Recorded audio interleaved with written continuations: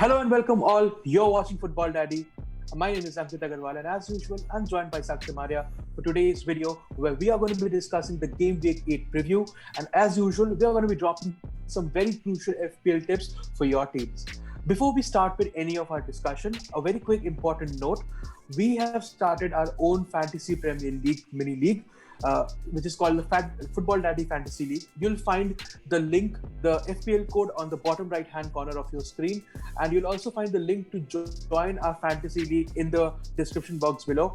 Please join the league. It's something that we have created for the community. It'll be really great. So without wasting any further time, let's start with our discussion with the Game Week 8 previews. But before that, let's quickly talk about some quick matches from the Game Week 7.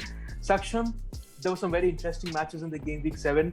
I think most importantly was the game between United and Arsenal, which United lost. Congratulations to you as an Arsenal fan. You won the game. It was a very pathetic performance from United.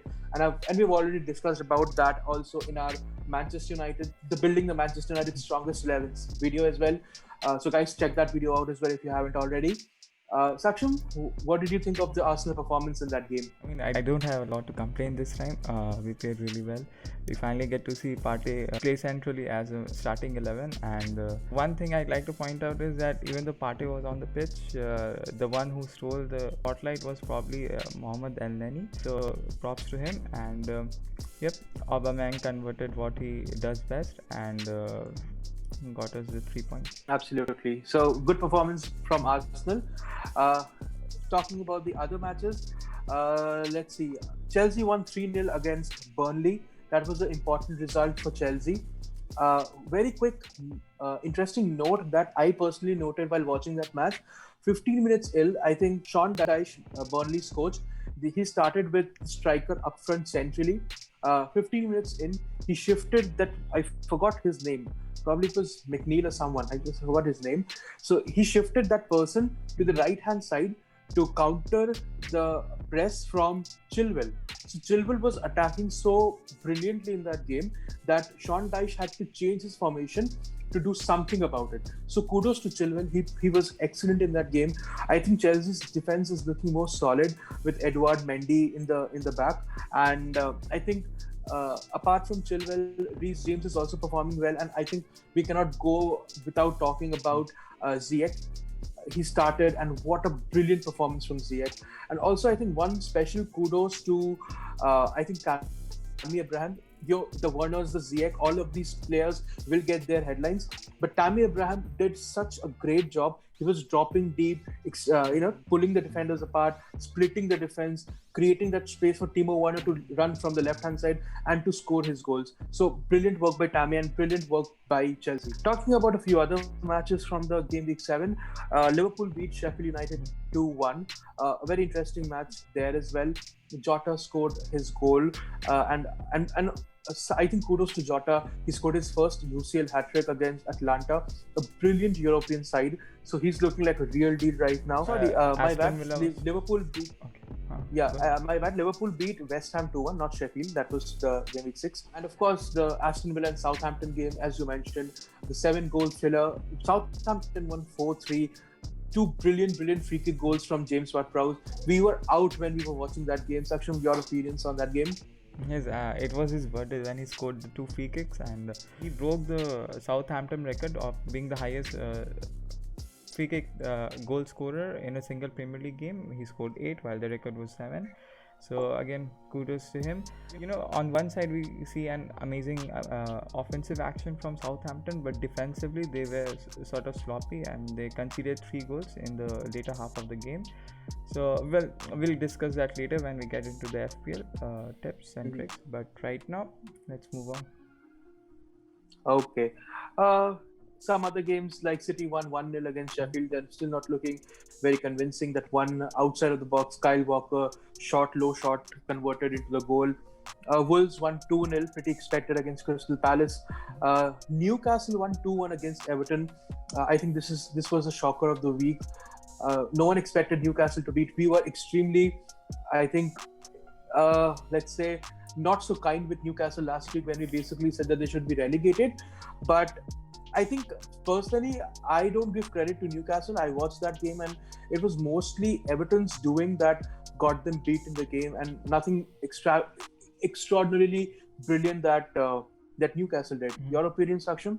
Yeah, so Everton had to make some few changes, especially because Carlson, Digne were suspended, and Rodriguez and Coleman were injured in this game. So Carlo Ancelotti had to sort of fix a few things, and so there were five central midfielders in that game, and I mean, on paper that looks really exciting, but Everton could not, get inside the box of the opposing team, and when it comes to clinical finishing, they kind of missed there, and so yeah, they lost. It was a bit disappointing, especially against Newcastle, but congratulations to Newcastle for converting Newcastle, those yeah. 3 points. I think we are saving the most exciting match from Game Week 7 for the last. Leicester versus Leeds. Leicester beat Leeds 4-1. Now, I'll just add one thing here. Something that I absolutely enjoyed in that game was the pre-match talk that Brendan Rodgers gave. So he was basically asked the question. So Brendan Rodgers, you know how Leeds press high, they attack in numbers. How are you going to play against them?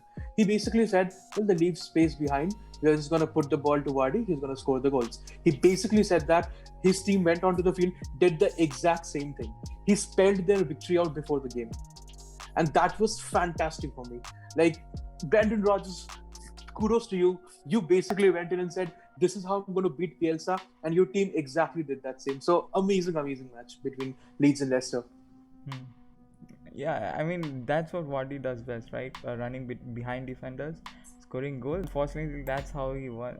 Leicester won against Arsenal, and he does that, scores again, and he's so good at doing the same thing again and again. I think that's it for our Game Week 7 recap.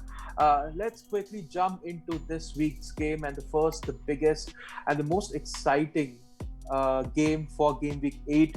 We have Manchester City versus Liverpool at Etihad Stadium. The battle for glory, the two teams we expected to finish first and second respectively. The heavy battle, the heavy metal battle between Jurgen Klopp and Pep Guardiola. Saksham, what do you think? What are you expecting from this match? I think this is going to be the classic case of unstoppable force meeting an immovable object. Because on one side, City is so good at parking the bus. You can say that Liverpool is also good at the possession game, but when you're playing against a Pep Guardiola team, it's best that you prepare your strategy so that you know that most of the possession is going to the opponent. Like in the early 2000s, Ankit, do you think this is going to be how Arsenal and Manchester United matches were supposed to go? The title race match, or is it too early to judge in the season? I think we can sort of agree that City and Liverpool are by far the two of the best teams in recent years. So this is going to be one of those matches where the result of this match might just decide the fate of the Premier League champions this season. And also, one really good news for the City fans and Pep Guardiola is Gabriel Jesus is also back. So he has finally got a proper number 9. It was interesting to see what the City were doing against, I think, they were playing against Olympiacos, and even Liverpool won their match against Atlanta 5-0. So both the teams are coming into this match with not so good performance in the Premier League, but an incredible European Championship performance. So it will be interesting to see what they do against each other. Moving on to our next point, can Ole save his job versus Everton? I mean, if there is one manager better than Sir Alex Ferguson in the world, is Ole when he's about to get the sack. So can he do it against Everton? Probably he can, but it will be an interesting watch. Also, news coming in from Manchester Evening News that Manchester United has approached Mauricio Pochettino to sign a new deal with Manchester United to be the new manager. So this news comes directly from Manchester Evening News. So it's one of those official leaks from inside the club, and it's going to be a very difficult time for Ole because he's going to be sitting there with his lunch and he's going to read the papers and find out whatever has been happening in the club, and it's not a good situation to be in. Can Ole save his job versus Everton? I mean, he has to. Manchester United absolutely need to win this match. I cannot stress this enough. So, Saksham, what do you think? Yeah, but one thing that since Pochettino has already been approached, do you think that this one match is going to determine his the rest of his career at Manchester United? I don't think so. Do you? Personally, I believe that Ole is not a bad manager. Yeah, we are putting a lot of blame onto him because of the incapacity of the board and what the Glazers did by not supporting him in the transfer window.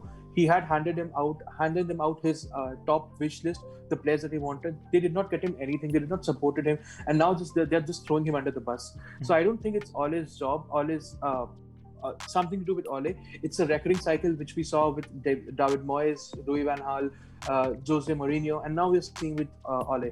So whoever comes, they're probably going to do good for the first season. In the next season, they're going to perform bad, and then we're going to be demanding another sack. So sacking Ole right now is not the option. So I hope Ole wins the match. Yeah, but I think on the other side, Carlo Ancelotti is also under a lot of pressure, especially because he lost the last one, Correct. which he was supposed to win. Last two matches. Oh, okay. The last two matches.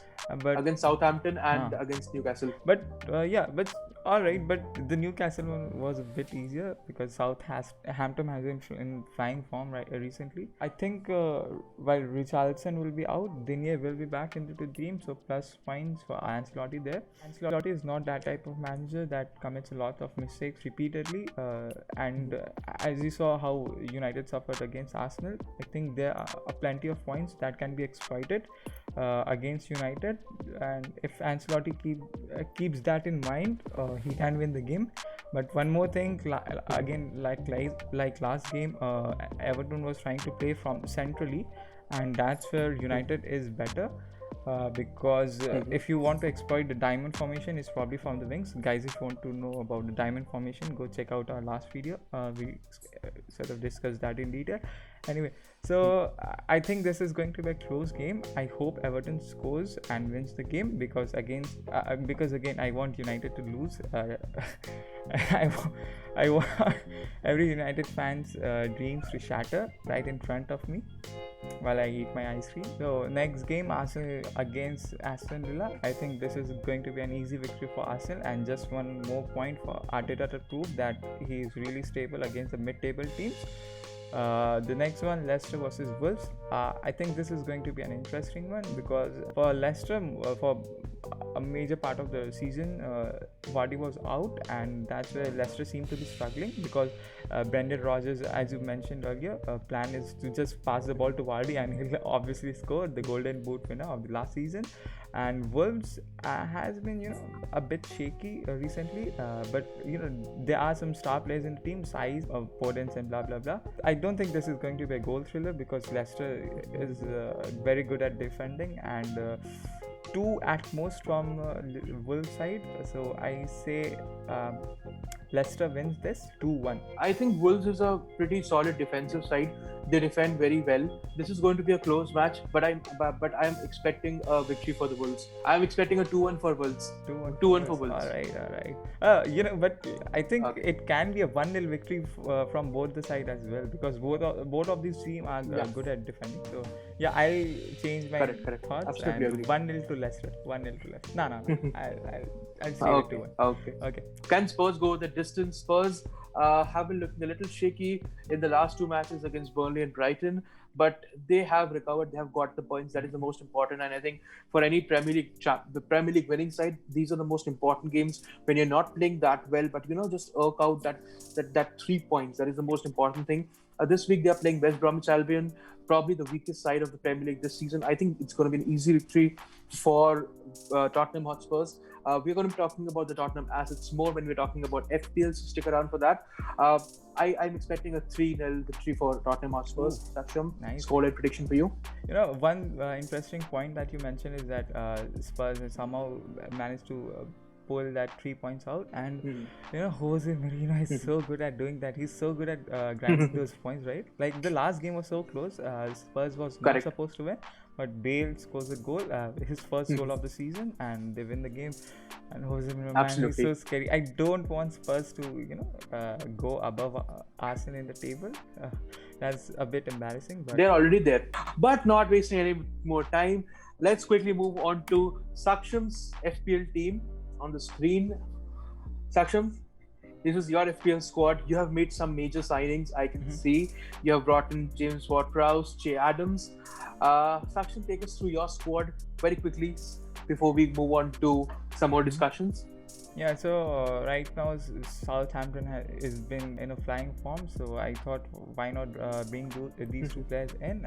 Ward-Prowse scored two brilliant free kicks on his birthday. That's incredible, and he's probably the best set piece taker right now in the Premier League. So yeah, if Southampton gets free kick, Ward-Prowse might be able to convert, so I'm keeping him in the team for that. Adams is in the team because Ings is currently injured, and one interesting thing that Adams performs worse when Ings is not in the team, because most of the time it's Ings that provides him with the assist. So it's kind of risky to keep him in the team without Ings playing for Southampton. But again, if Ings is not scoring, then who is going to score? It's probably Adams. So why not pick Adams?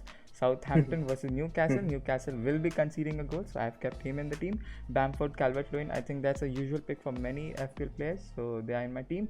I'm a bit disappointed with my defense, but I did not have enough free transfers to make a lot of changes there. And Mane, Aubameyang, the usual pick. Jorginho, the surprise pick for me, like always. I think one thing that we need to mention is that last week you did say that you are going to be sticking with Aubameyang because you think that he's going to be scoring that goal against United, and you were right. You were absolutely right. And sticking to Aubameyang did prove to be a great decision for you because you got 16 points, if I'm not wrong, from Aubameyang as a captain. And so see, wonderful pick from you. You stuck to your guns and you got 16 points. These are very important points at this time of the season. Yeah, and so, guys, one more thing. Really one more thing. I don't play those cheap tricks where I keep picking Son every time in the FPL and get at least 6 points because I'm an Arsenal fan. I don't. But I don't play dirty. I don't. This is a good. No. But this acts as a very good segue to the next point. If you move on to my team, if you guys remember our last week's video, we did talk about the captain pick for me, and I told that last week I did prefer Kane over Son, and you asked me the question like why pick Kane over Son, because Son has been in the form of his life, and against Brighton where Son was expected to score, I told you that I've seen Brighton play. They are a very good solid defensive squad, and it's not going to be a very free scoring game. I see Kane to be getting that goal because he's on penalty duties, and that's exactly what happened. I selected Kane over Son while many selected Son, and I got that points. Son did not score. He blanked last week. So selecting Kane was a good decision. I got 12 points from Kane, wherein a lot of managers did not get any points from any of the captains. So a good pick from me, I think, for picking up Kane over Son. Just talking about those two players, I think this week I'm going to go with Son only. I'm not going to go with Kane. So there you have it. Apart from that, if you look at my screen, I also made quite a few changes in my squad this week. I brought in McCarthy because I saw Ryan White is not playing for Brighton anymore. They have gotten the new goalkeeper. I forgot his name. Probably Martinez or someone. I don't remember. Not the Martinez from Aston Villa. Some other Martinez. They have gotten this new goalkeeper who is also, interestingly, who is also not even drafted for FPL. I have also gotten I think Ziyech in, because Ziyech was an amazing player for Chelsea. He is a differential. He's only owned by I think 4.5% players in the FPL. So he's my differential pick. I've also gotten and signed Diogo Jota from Liverpool because I just think that Jota is a great player. He's in such an amazing form. So that is why I've also gotten Jota in. But apart from that, my squad remains exactly the same. I am actually considering selling Bamford in the coming weeks because I saw him against Leicester. He was poor. He was extremely poor. He missed easy sitting chances, and also just talking about it from a practical point of view, right now Bamford is owned by 33% of FPL players. Okay, so even if he scores one goal and it gives me those 6 and 8 points, it will not help me go up the ranking because 33% of the players already have it. So all of their rankings are going up by the same number of points. So picking him is not helping me. So I'll probably be looking to sign some other differential who can help me get that jump in the ranks. So guys, we have actually introduced something very interesting this week. which both of us are very excited to talk to you about. We have started, based on some feedback that we received from you, what we have done is we have divided the 4 positions in the FPL squad: the goalkeeper, defense, midfield, and forwards. We are going to be giving you 4 options that we think are going to be key performers in that week of game. So if you are looking for signings, if you have not made your transfers in, consider these players. These players are really good, and we do think that they're going to be performing really good in the week to be played. So starting off with goalkeeper section, you chose Edison and Laurie. I chose McCarthy and Edward Mendo. So quickly tell us your thought process behind selecting them. So I've always went with a bit costlier goalkeepers because when you look at 38 games, it's not always easy to use your free transfers on the goalkeeper. So it's best that you stick with a consistent goalkeeper and who belongs to a team that does not concede a lot of goals. And City is probably the best one at not conceding goals. So that's why I picked Edison. He has been in my pick since the beginning of the season. And Loris, on the other hand, belongs to Jose Mourinho's team, and Jose Mourinho does not concede a lot of goals against Loris. You don't have to pick both of them, just stick with one of them. If you're a Spurs fan, go with Loris, I don't know. But the safer choice here would be Edison because, for the last 2 games that City won, they have been able to keep 2 clean sheets. So again, extra points from Edison from that. And he's a good goalkeeper. He makes those saves, and every once in a while he can get you more than the ordinary points. So that's good. Ankit, your pick? Okay. I went with McCarthy and Edward Mendy because I am personally one of those players who do not like spending a lot on the goalkeepers. A clean sheet is a very rare thing right now, actually, to be honest, in the Premier League. We're not seeing a lot of clean sheets, so I'm not banking on clean sheets from the goalkeeper. So in that way, Edison might be a good choice because he also comes up with assists. His long balls, his long kicks also provide assists. So that's why Edison is also a good option. From McCarthy and Edward Mendy, I went with McCarthy because he's 4.5 million, cheap option. Southampton is looking good defensively, so I just wanted to keep him in my team. Edward Mendy is my pick because he's a Chelsea goalkeeper. Chelsea's defense is looking solid, and for 5.1 million, you can get a Chelsea goalkeeper, man. Like that's cheap. That's very, very cheap. So that's the goalkeepers from our side. Moving to the defenders. Saksham, you stole my picks. I would have picked Chilwell and Cancelo, but you picked Chilwell and Cancelo, so I had to pick 2 other players. So they are very easy choices. If anyone is looking for defenders, if you don't have Chilwell and Cancelo, please go and buy Chilwell and Cancelo. I am not too sure about Cancelo though. Because of something called a Pep Roulette, because he keeps on changing his players, and Cancelo is not a sure starter. So that's just one thing for Cancelo. Yeah, Saksham. Yeah, but recently Cancelo and Laporte has been able to click a lot, so that might be a plus point why Pep Guardiola keeps him in the team. Yeah. So and if guys you don't. If it feels like you can't spend a lot on defenders, there's one more cheaper option for you. Go for Ruben Diaz. He also belongs to City, and City's defense is incredible. They don't concede a lot of goals. Kyle Walker would have been the right pick for me because he gives you those assists. He is probably the best defender in the team, but again, he's a tiny bit costly. So I don't believe in buying expensive defenders like Ankit has spent 7.1 million for a defender. For me, I just pick the best defenders who are in the form right now and spend more on the midfielders and strikers. So Ankit, your pick? I think you mentioned. As I said, I would have picked Chilwell any day. Over any other player. He's amazing. You've picked him, but I went with Robertson because I'm still holding on to the Liverpool defense. I am not too sold out on them yet. I think they can click and they can perform, and when they can perform, they will give you the return. So 7.1 is actually not sounding a very high price for a player like Robertson for me, who is actually playing better than Trent Alexander right now. Semedo, he has just cemented his place in the Wolves defense. He is moving. He's going forward. He's putting in those crosses. I've been amazed by his performance so far in the Wolves team. So that is why Semedo is one more pick. And Wolves also have easy round of fixtures coming up. So I think it's going to be a good pick if you're going with Wolves 5.5 million. Let's move to the midfielders. Saksham, you picked Zaha and you picked James Ward-Prowse. Southampton has been in a good form. White-Prowse might get a free kick. He might score a goal. So White-Prowse for me, he's not very expensive. So I just bought him in the team. Why not? Zaha, I mean, Zaha is not the most consistent player, but he has given quite some return in this season in the FPL. So I thought, why not, add him as one of the star players. He, I think, right now is a better option compared to Sterling. He's cheaper, and Crystal Palace does not have the best team right now, and probably the only player who can score a goal. But for 7.4 million, would you pick Zaha or Grealish? Both of them are priced at 7.4 million.